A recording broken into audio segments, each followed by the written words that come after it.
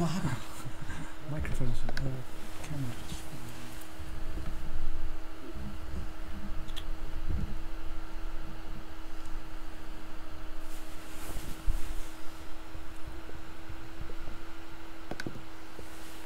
Sorry. Cool. All right. So.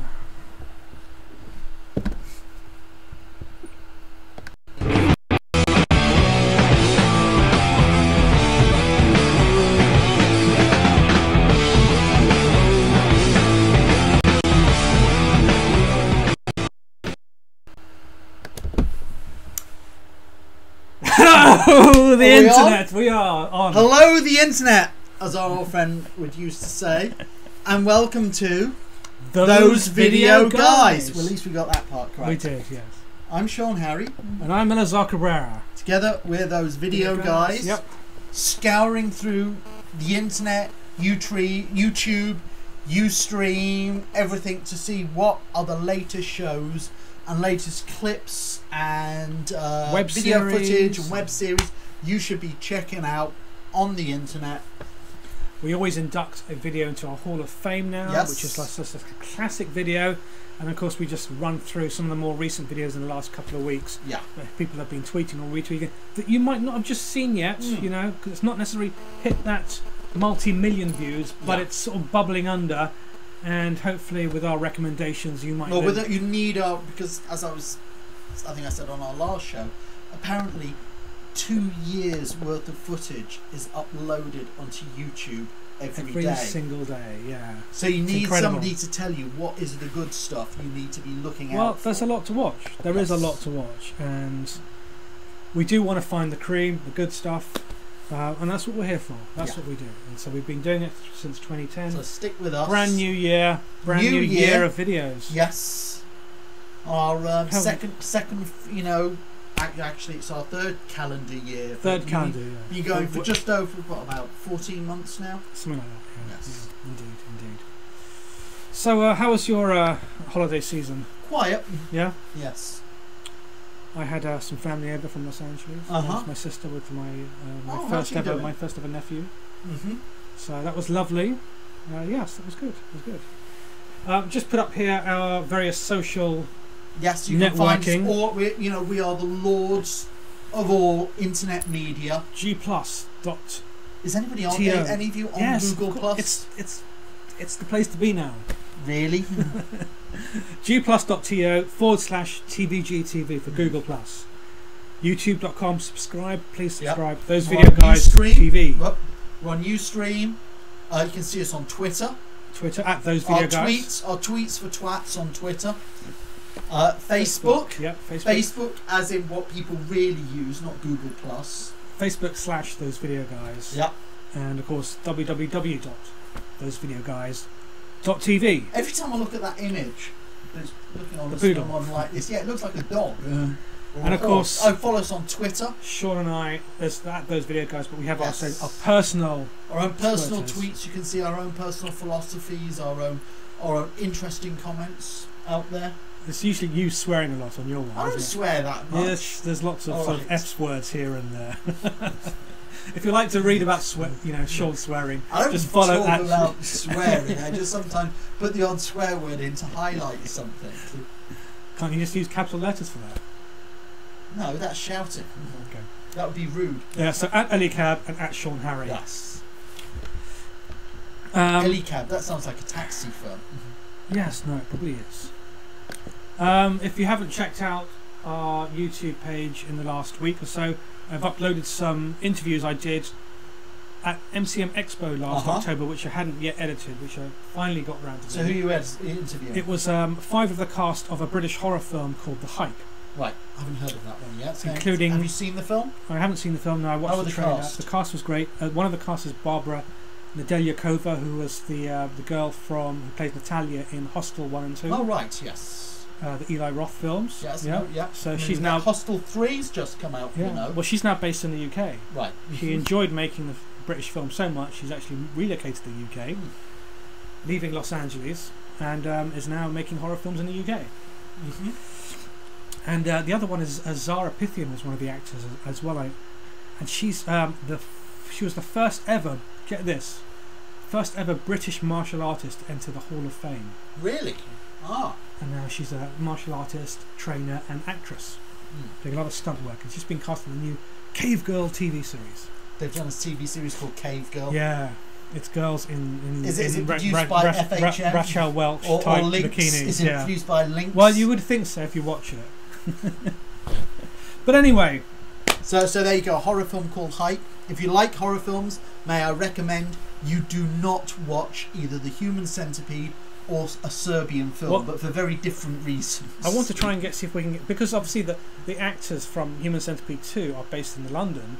How could anybody want to be in Human Centipede? Well, I can totally understand it was how shot in dumb London. People may have been to be in Human Centipede 1, but you watch the first film, how could anybody want to be in the second one? I suppose if you're an actor, you know, it's an interesting, something controversial to be in. You know, it gets your name out there, you know. And they're based in London. It'd be great to interview them. The worst film I ever saw after Mamma Mia. Really? Yes. What, it's number one though? Not the second. Mamma Mia is the worst film I ever saw. Really? Human Centipede 1 and 2 the second. Mamma Mia was okay, people. Sucker Punch was at number 3. And Transformers 2. Sucker Punch was just like a 90-minute music video. So I was like, sorry, where's the plot? I'm trying to understand Transformers. Anyway, look, we're talking Yes. about all other kinds of stuff. Well, let's talk about what's on YouTube, what clips are going out there. Let's get straight into our Hall of Fame. Hall of Fame. The Video Hall of Fame. This was one that actually Brad Wyman in LA found for us like several months ago, and I thought, oh, one day we'll have to come back to this one because it's so good. Brad is our producer in LA. Yep, indeed. And it's called Black Widow Gone Wild. It's kind of like got on, you know, thinking Black Widow as in Scarlett Johansson. Yes, Black Widow, Yes. the Marvel superhero, and this is like, what if Black Widow was War Machine? And here's a clip.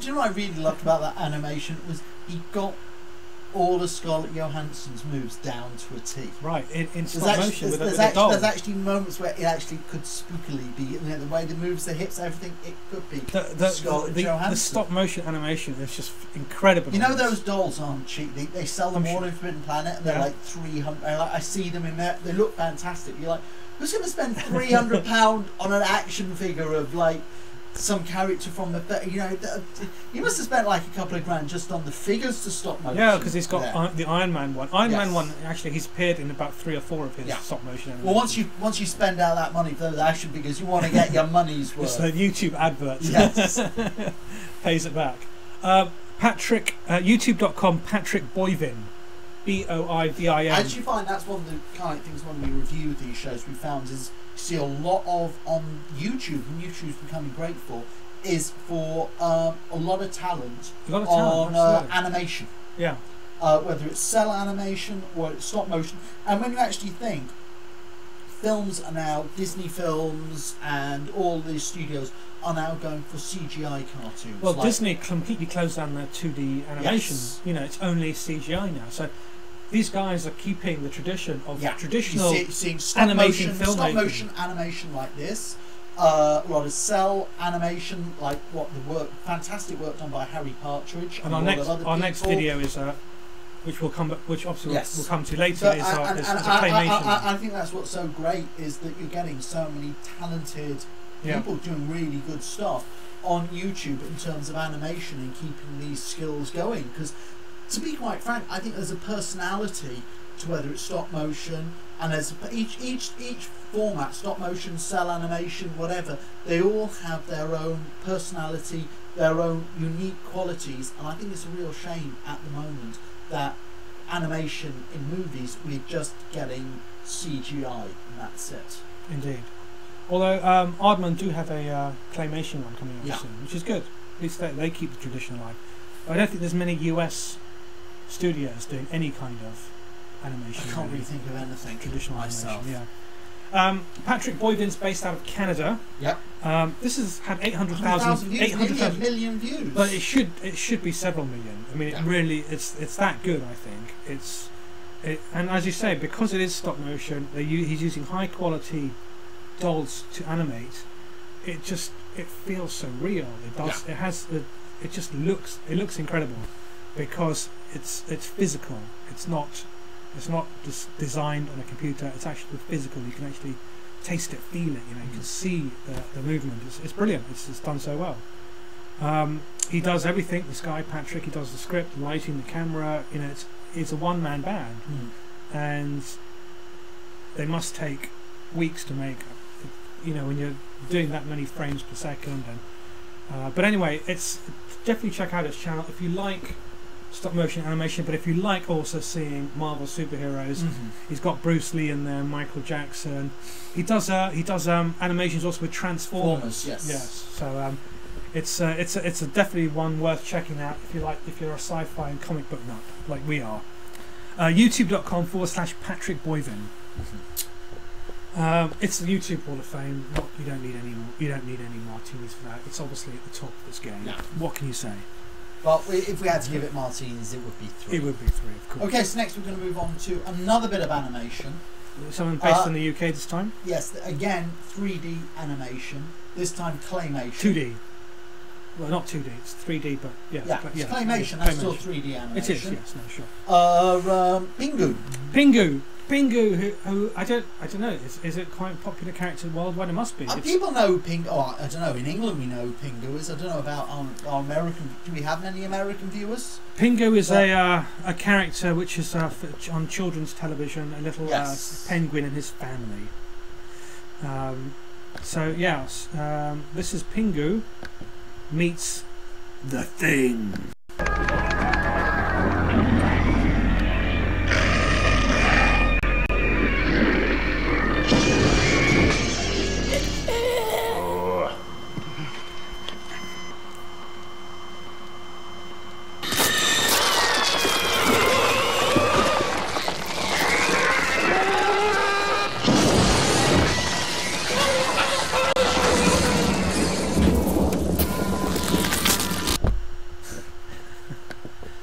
What's so great about that is it actually looks like a proper episode of Pingu.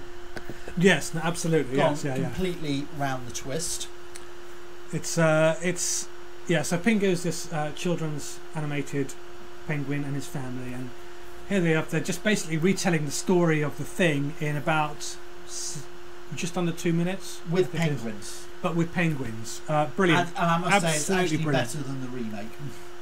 I haven't seen the remake. Right. No. Is it just not worth it at all? The only thing I would say is worth it is Mary Elizabeth Winstead, but apart from that, you know, I prefer it with Pingu. Elisar's just quickly checking the chat room. Some of you go in the chat rooms. You can ask us questions. We may answer some of them, or we may ignore some of them. I know people are saying it's a bit frozen on the screen, but it looks okay from our point of view. Looks fine to me. Certainly YouTube looks good, and I think Ustream's looking good as well. Looking fine to us. Yeah. So if you've still got issues, and if you're a Ustream, go over to the YouTube one with youtube.com/those video guys TV, because that definitely seems to be okay. Now our next video, I found this quite interesting because I actually got Skyrim. Okay, well, should we just say that's youtube.com Lee Hardcastle. Lee Hardcastle. We've actually reviewed his videos before. That's right, yeah, he does. He does these horror spoofs. Horror spoofs in 60 seconds. Yeah. Oh, and Elizabeth Oriana asks, guys, have we heard that Tom Hanks is going to do a web series? I hadn't heard that. But yes, he's I'm voicing. Not surprised. It's an animated web series, and I think he's voicing the character. More animation. And it's going to be, I think, exclusive to Yahoo channel. Right. Yahoo. So Yahoo are trying to get back into Yahoo's moving into it. Yeah, Yahoo's are trying to bring eyeballs back to their site again. Yeah. Matthew Barrett says Ustream's looking good. Okay, so... Okay, move on to next, because this is quite topical. I got given Skyrim for Christmas. Did you, yeah? I haven't actually played it yet, because I started replaying Fallout New Vegas, so I've been trapped on I haven't got Skyrim yet, but I actually do want to get it. Right. But I think I'll wait for your verdict before I get it. I'm sure it'll be good, based on the previous game. And I've not played any of the previous games. So. So anyway, this one there is a some people know her because she's a gamer that likes to post videos of herself playing games. Yeah. And her name is Granma, and this is Granma Plays Skyrim. This guy's hard to kill. They're only too short.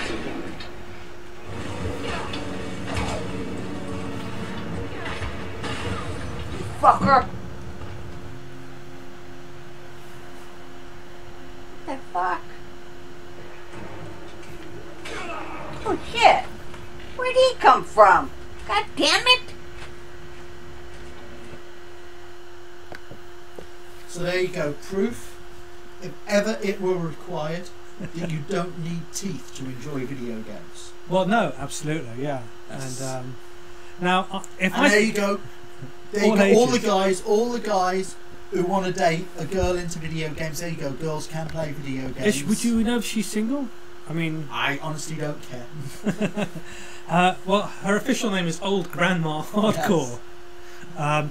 And it's unfortunately, I couldn't date her anyway. She's Xbox. I'm PlayStation. She's on PlayStation 3. All right. As well. Well, she's playing Xbox. There. No, but she posts video games of her playing video games on Xbox 360, Yeah. PS3, and Wii. Oh, I can't stand it. YouTube.com/OGHC, Old Grandma Yes. Hardcore. If you actually want to play with her, her Xbox and her PS3 gamer tag is OGHC. All right. So look for her, add her on as a friend. So there you go. If you like to play with old ladies, or if you like to shoot them in Modern Warfare 3, there you go. What did you think of Old Grandma? I mean, you know, when I play a video game, I can't lie back like that so relaxed, because I find it's quite stressful. You have to be at the front there, sort of screaming at the TV. It's very sort of relaxed where you're playing, especially if you're having to try and kill things. It's funny what you were saying before about Call of Duty Modern Warfare. Yeah. Because I remember when I saw the film The Hurt Locker, and Yeah. I thought, wow, this is so realistic. This reminds me of my own time fighting in Iraq. And then I realised I was never in Iraq. It was just playing on Modern Warfare. That's right. Everyone will start having flashbacks now. Yes. Oh no, post-traumatic stress syndrome. Well, that's the in the I think is it series 4 of the Guild, where they're sort of trying to do the one-upmanship on the anarchists. Yes. And of course, one of them they kidnap one of the guys, tie him up, and they start deleting all his character traits. And it's like, to him, it's just like he might as well have everything taken away from him, because his character now is nothing in the world. You know? Elizabeth Oriana reckons that Granma can knit me a new beanie. Knit you a new beanie. Yes. Cool. So yeah, what do you think of Granma and her gaming? It's fun. I mean, I'll give it 2 martinis. Yeah. It's definitely one of those clips, though, that for me, it's you watch one and it's funny, but the joke is a one-off. You wouldn't watch a whole channel of it, would you? Well, Necessarily? she's got all kinds of But clips she's up done, there, yeah. and you know, it's kind of like I can see the humour as a one-off thing, but it's not something I'd revisit. And maybe rather than just being Grandma playing games, we need to sort of see Grandma watching, the Human Centipede and those kinds of, just doing other Grandma's things. response to 2 girls and 1 cup. So yeah, okay. Well, anyway, but staying within the video game world. Yes. iPad games, right, iPad games, and cats. We can't go through reviewing anything to do with YouTube and online videos without cats. And I actually think that's part of the whole creation of these tablets, touchscreen tablets, is so cats they're cat friendly. But they don't say that on the box saying cat friendly. But they are cat friendly. Cats love these. So here we are. Cat plays Fruit Ninja on the iPad. That's awesome.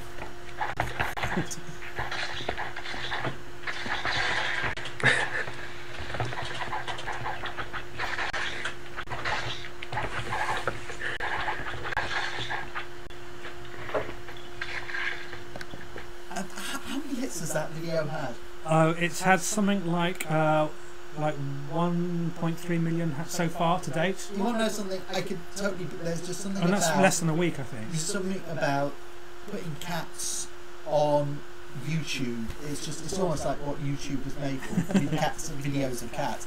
I'm going to get 2 new cats soon, and what I'm going to do is I'm going to start doing videos of them straight away. Yes. It's like I'm investing in you. You know. Oh, my 2 previous cats. If I taken videos of some of the stuff they could do, they used to be able to fetch and stuff like that. And what was it? That family have taken videos of their kids, and they've been making millions out of it. You know, I'm going to be videoing my new cats. Well, I think perhaps we need the cat's verdict on some of the videos that we review as yes. well. Perhaps you can give us like 1, 2, or 3 squeaks from the cat.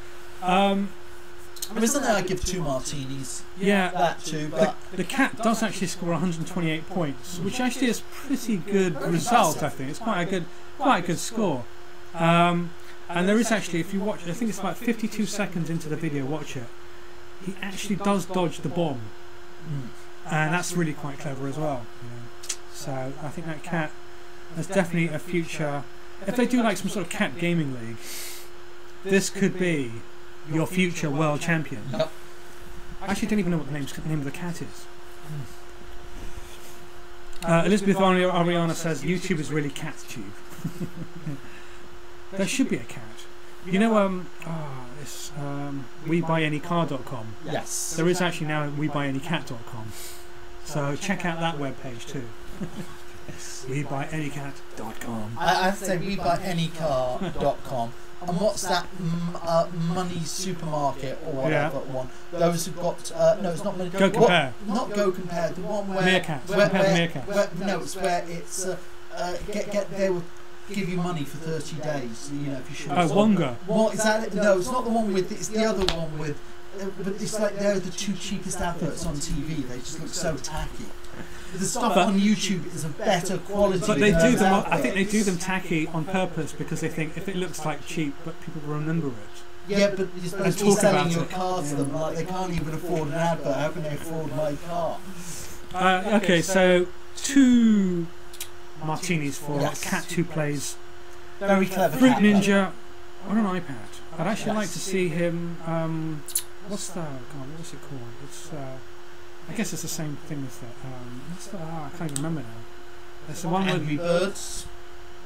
I don't think a cat would be able to do Angry Birds because that involves doing a sort of backward and forth motion. You need it. It has to be a game that's Yes. basically. But there's one where you have. It's like frogs and they eat the bubbles. I can't even remember what it's called. Anyway, okay. So, and our third in our. Well, staying now. This time we're moving on to more video games. Yep. This time it's real life Super Mario Brothers from a channel which actually specialises in taking video games and making them real life. Real life, yeah.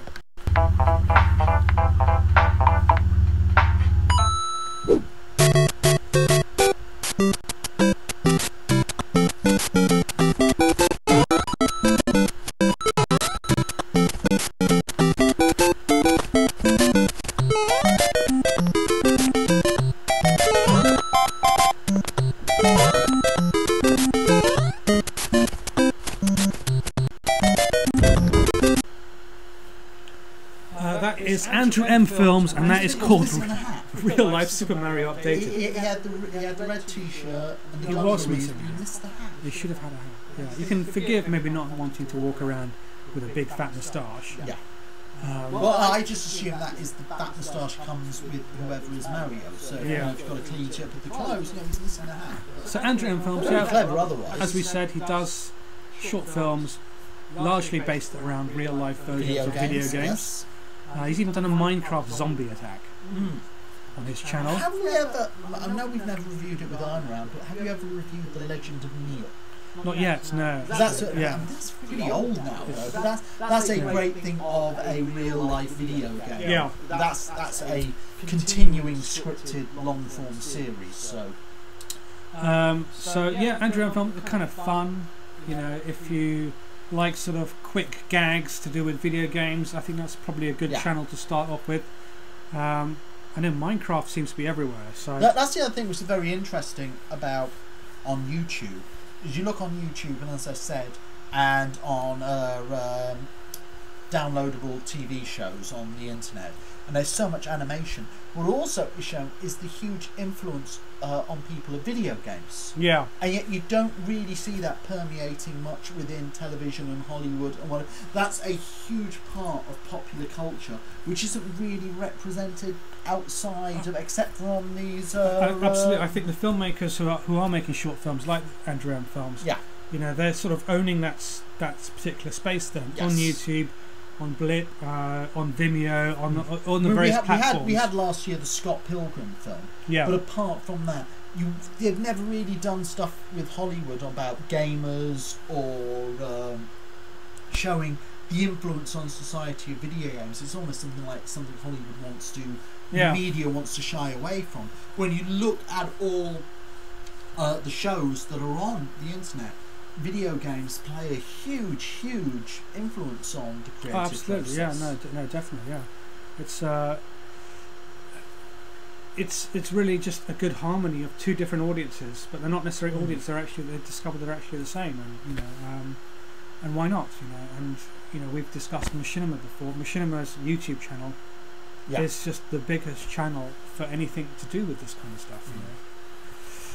Great. Okay, so martinis. I'd probably go with about 2 martinis. Same on that here. one. Yes, Yeah. I give that 2 martinis. A lot of fun. Yeah. So that's called Real Life Super Mario Updated from YouTube.com/Andrew M. Films.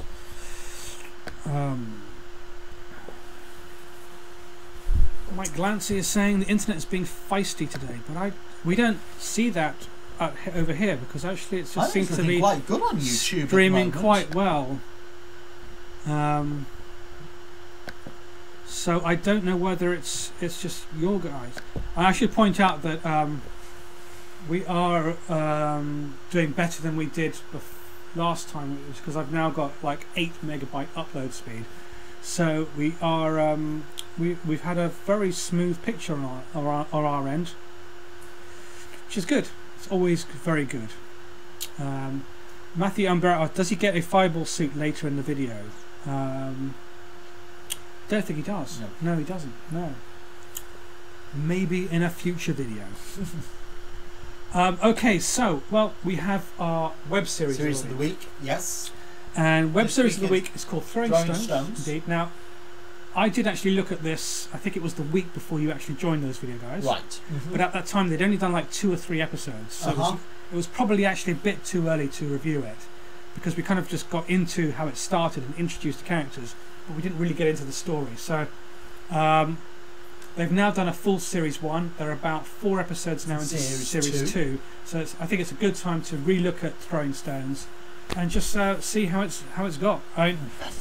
You're watching it for the first time, Sean. Yes. What do you think? I enjoyed it. It's a mystery.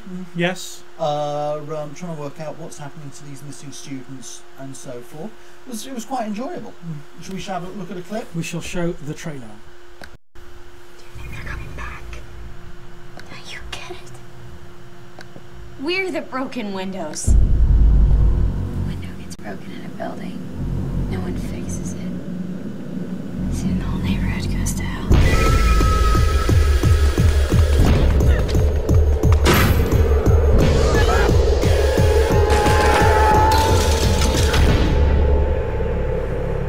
So you just want to sit here on your ass, count the seconds till you die? Let me know how that all works out for you.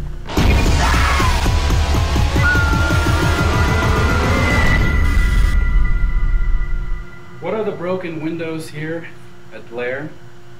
I mean, what kind of like I liked about this is we've reviewed a lot of internet shows, and I hadn't really seen anything like this before. Usually you see me complaining that there's a lot of genres and themes which just keep on being regurgitated again and again on YouTube, especially shows about struggling actors. Yeah. And although this is a common genre on film, I actually haven't really seen this done before as a web series. So I was very interested by that straight away, the idea of like a horror thing, kind of like reminded me a bit of what was that Rodriguez movie, The Faculty. The Faculty, something yes, like that. Yeah, like, I would agree with that. A US school bound horror story. Starts off like And- Breakfast Club. You've got, yeah, you've got the different various characters in detention, which is actually on a Saturday in this particular story.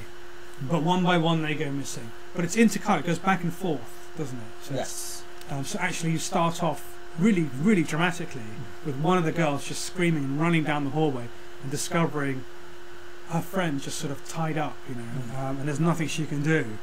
And then it goes into flashback. But the way they do that, because it's kind of get you gripped straight away. Straight away, so, And it was one of the things that I know when I first reviewed it, because it was only 3 episodes in, so you can imagine I had that very incredible opening, and then 2 episodes where they're hiding out in this room, and so the story is slowed down straight away.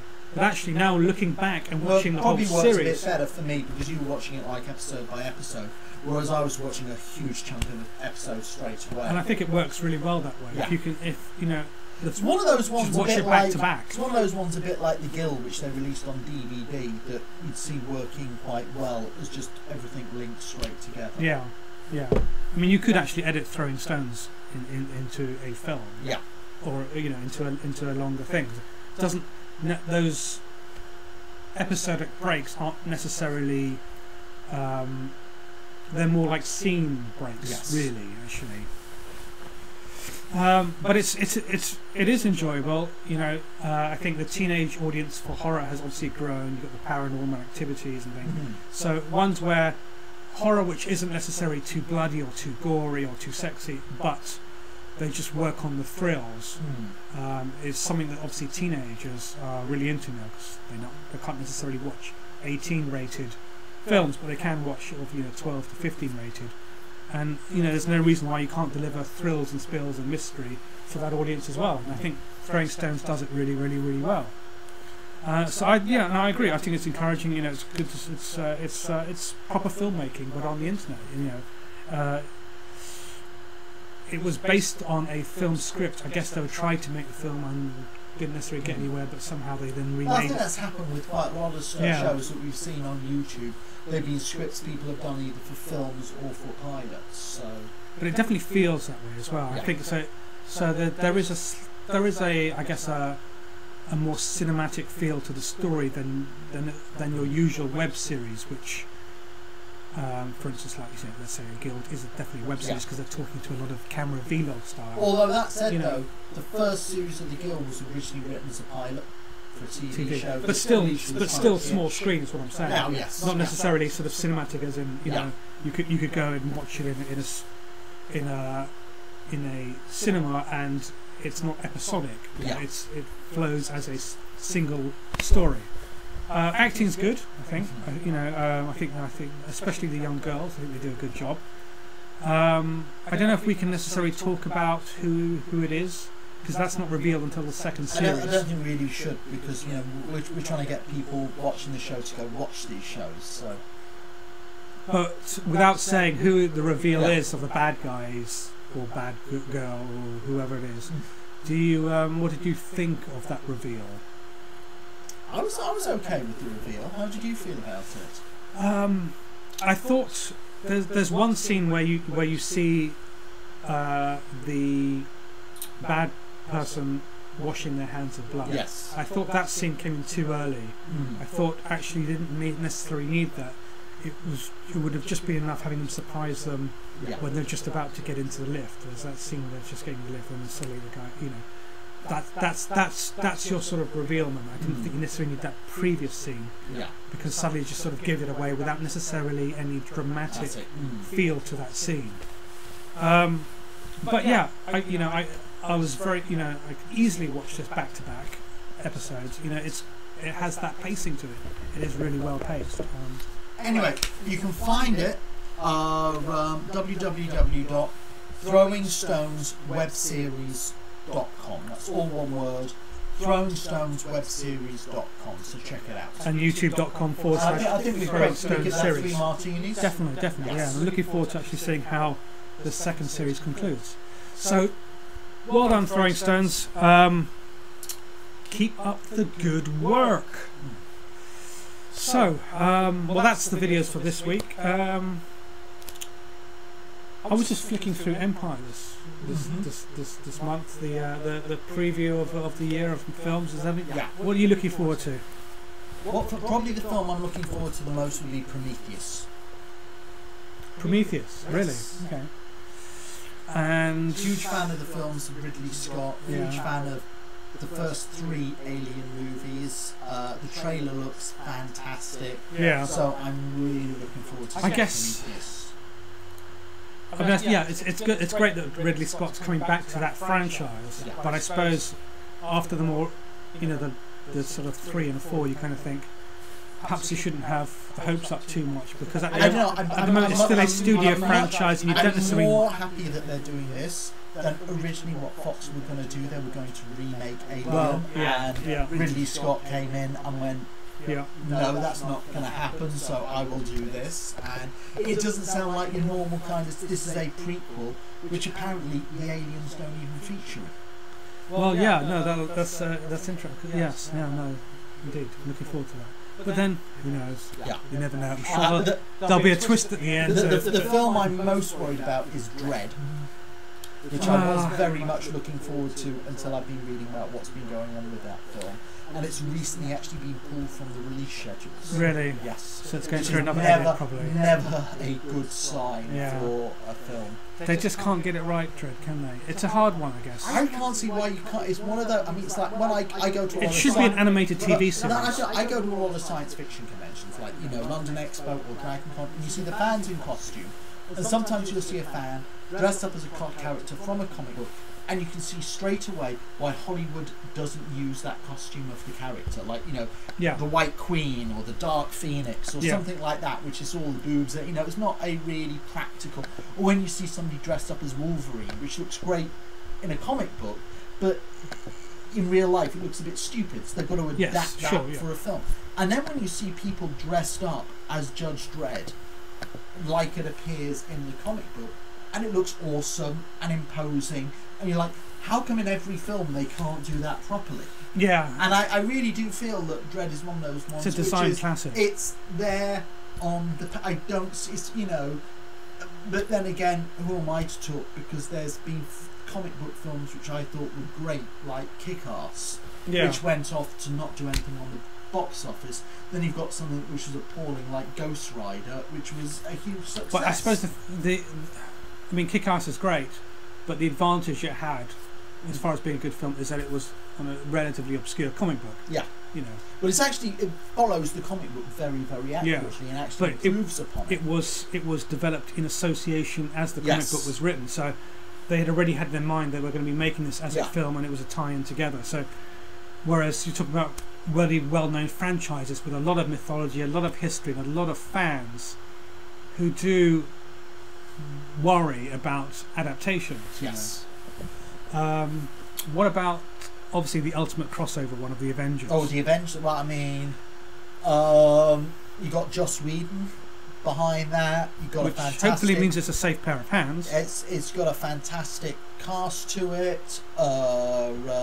There's spending a fortune on it. I think it's going to be a very exciting film. And of course, you've also got The Dark Knight Rises, The Dark Knight as Rises, well. yeah, absolutely. which I think is going to be kind of. The only thing that worries me about The Dark Knight Rises was The Dark Knight, Batman Begins, and The Dark Knight were brilliant, but then so was Spider-Man and Spider-Man 2. And when it got to Spider-Man 3, The Curse it of the kind of Threequel. not only just the curse of the threequel, but the curse of too many supervillains. Too many, yeah. And that Dark Knight Rises, you've got Bane, you've got Catwoman, you've got Hugo Strange, and you've got Talia Rasa Skul. So you've got actually 4 villains up against Batman in this, and and he's apparently going to wrap up the trilogy. It's kind of like I'm quietly confident, but I'm also slightly worried, especially after stuff like Spider-Man 3 and things like that, whether after it's going to be difficult to equal or to top the previous film. Why don't you write down in the chat room or on the YouTube comments what film that you're looking forward to the most? For me, the most exciting thing is The Hobbit, because it's it is the prequel to the greatest film franchise. You know, I wouldn't say it was a great, in your opinion, yes. trilogy.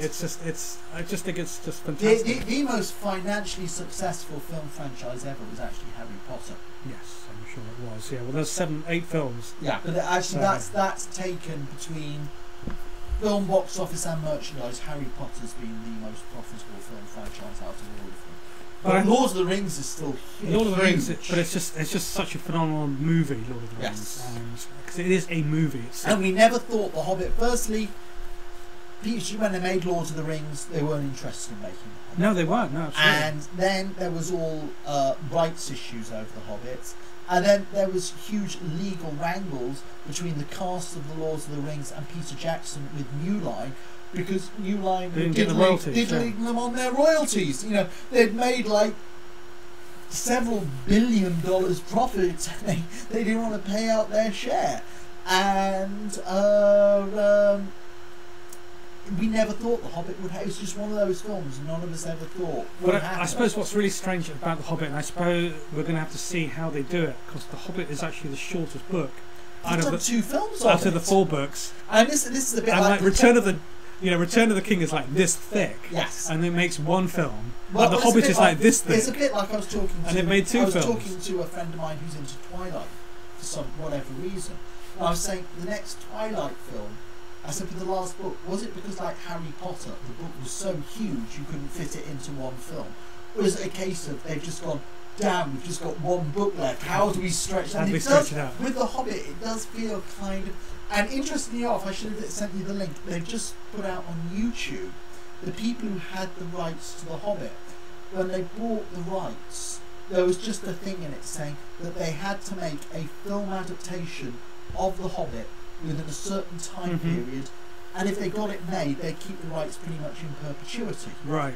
So, but it didn't say what type of film version it was.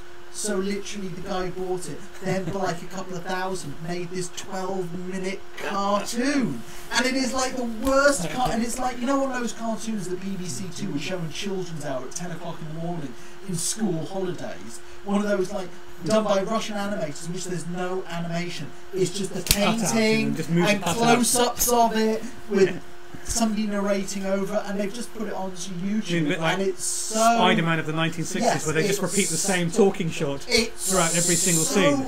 Appalling. And basically, but they had to make this animated version of The Hobbit in order to keep the copyright to it. And of course, look on YouTube, get onto YouTube, you've got to find, it is one of the most glorious things ever. Leonard Nimoy singing the ballad of Bilbo Baggins. Indeed. Have you heard that? I haven't, no, but I've heard of it. You must. Oh, it's on YouTube. Okay, I'll look for it. You've got to type in Leonard Nimoy, the ballad of Bilbo Baggins. I'm very sure that Peter Jackson watched it every day to kind of like get. Martin Freeman, I'm sure, was watching it as well. Amazing Spider-Man. I mean, I think credentials look on paper good. On paper it looks good. You've also got to remember they have chopped the budget in half. It's quite funny. Spider-Man 3 made nearly $1 billion at the box office, and then they're rebooting it. It just seems bizarre. And it seems to me too close to the previous ones. Yeah. Why can't they just carry on but with a different actor? I have no idea. It just seems bizarre. It just seems to me it's almost like. It feels to me like they feel with cinema, or this is worse than what's going on with horror movies. It feels to me like they feel that the audience for superhero movies doesn't have an attention span. And there's nothing about it so far that's got me that excited. Yeah, Andrew Garfield, great. Emma Stone, fantastic. You've got Martin Sheen in it. You've got fantastic cast to it, but. I just don't feel. When I remember seeing the trailer for the first time for the first Sam Raimi Spider-Man, the excitement, so excited, and it's like I'm kind of like, I totally agree with that. I mean, it's just like, yes, on paper it looks fantastic, and I'm sure it'll have incredible special effects. Do I need to see? Will it have incredible? Because the previous Spider-Man films were costing about $200 million to make, and this one's costing $90 million. Yeah. Which is still a huge amount of money, but it's costing less than half what the previous Spider-Man film cost to make. And you know, I know it's like we're going back to Peter Parker in his school days, I know, and yeah. it's like it feels to me like we're retreading ground we've only just seen. Yet there's so many great Spider-Man stories they could be covering. I know, absolutely. I mean, the more mature Peter Parker from the comics has a more interesting story, and it's like, why do you have to keep seeing him back in high school all the time? And of course, they're doing obviously another cartoon of Spider-Man, and of course that's going to concentrate on high school years again. And the only one I would really love to see them do a reboot of now is the Fantastic Four, because I was such a fan of that comic book, and I felt the films got it wrong so fantastic. They were just horrible for me, those two films. Well, I mean, you know, here's hoping that Fox lose their license to Fantastic Four, and it goes back to Marvel, and then they can be integrated into sort of the Iron Man world of It's kind of like it is the I'm going to call it the Iron Man world. It is the Iron Man world. In the Marvel films, the Iron Man is the top dog, because it's not like that in the comic books. I mean, Iron Man, when I read Marvel comics, was almost like a B superhero. You know, he wasn't one of the A-listers. But there was a lot of retconning of Iron Man, I think, when things like I guess it was Civil War. Yeah, I'm talking about in the 70s and 80s. But now, when it came to Civil War, still it was Iron Man versus Captain America was still the top dog. But they did that retconning with like Professor X, Iron Man, Doctor Strange, and Namor doing this sort of cabal. Yes. The Illuminati, and somehow Iron Man was somehow involved in all the big decisions since the 1960s, but we just never knew about it until then, which actually was really, really cleverly written. And I don't know if you read during, I think it was Secret Invasion. Did you read Secret Invasion? I did read it. They did. I don't know if you read the New Avengers and the Mighty Avengers crossover stories during that. But actually, rather than doing crossover where it's happening during Secret Invasion, what they did is they retconned the Marvel universe, going back to some of the big stories since the 60s, and seeing how the Illuminati were involved in those, and why therefore the Skrulls had this not just grudge but super grudge against these characters, and it was done very well. And actually, the more characters Marvel movies get back to be able to actually integrate into the universe, the more chance of a Civil War movie at some point in the future. Marvel recently got back the rights to Daredevil. Yeah, oh good. Daredevil was one, and Daredevil, which obviously means that Kingpin and Elektra would come with them. Yes, but although theoretically I was quite surprised with Kingpin. Kingpin is actually a Spider-Man character. Yeah. It was originally introduced in Spider-Man, and actually Kingpin then made most of his appearances in Punisher. Yeah. And now he's actually seen more as a Punisher character. Yeah, I always think of him as a Spider-Man character because of my reading Spider-Man in the 80s. Did you read the Kingpin's origin in Spider-Man Punisher Max? No. It's a bit very Prison Break-ish. Was it? Yeah. Yes. And there's Kingpin's daughter out as well somewhere. I can't remember what's her name. I can't remember now. Little Miss Kingpin. Girl Pin. We need Princess Pin. We need to do a Marvel Comics special one day. Maybe before the Avengers, we can review. We'll do like a special reviewing the. Well, let's see if Joss Whedon and Scarlett Johansson are busy that weekend, if they want to come on our show. We should. Guys, thanks for joining us. Like I said, tell us what your favourite film for 2012 that you're looking forward to the most. And the big news is next week we'll be doing a Talking Who special after. Talking Who is back, absolutely. Yes. And the week after that? Well, you want to do a Game of Thrones. Game of Thrones to tie in with your convention. That's further away, but yeah. Well, it's March, isn't it? Yeah. Yeah. So we do a bit of a preamble for that. Yeah. And tell everyone what they can. But I've just rewatched Game of Thrones, and it's. I can't understand why they wait so bloody long to release it on Blu-ray. It's it even held up even better the second time round. It's just great. So definitely would like to talk about that. But anyway, guys, thanks for joining us this week, and look forward to seeing you guys in the chat room online next week for more And don't video forget the recommendations. shows we watched this week. We watched Black Widow Gone Wild, stop motion animation, great little bit of cartooning. You can see it on YouTube, and the YouTube web address is Patrick Bovin. That's PatrickBoivin. Pingu's The Thing, which is Lee Hardcastle claymation. Pingu, a children's cartoon character, mixed with John Carpenter version of The Thing. Yeah. 60-second films, absolutely brilliant, from youtube.com/Lee Hardcastle. And next up, we started our gamers theme, in which we had old grandma playing Skyrim. So if that's your thing, if you want to see an old lady without her false teeth in on her Xbox playing on Skyrim, taking out a dragon, well, you can see that on YouTube, OGHC. And she's got lots of videos of on there playing on her computer games. And you can play with her on Xbox and PS3. Yes, if you that's your thing. Play with you. Beat just, up old lady. Just add gamer tag OGHC. Cat plays Fruit Ninja on the iPad. Yep. YouTube.com/MARCZTR. 1.3 million views.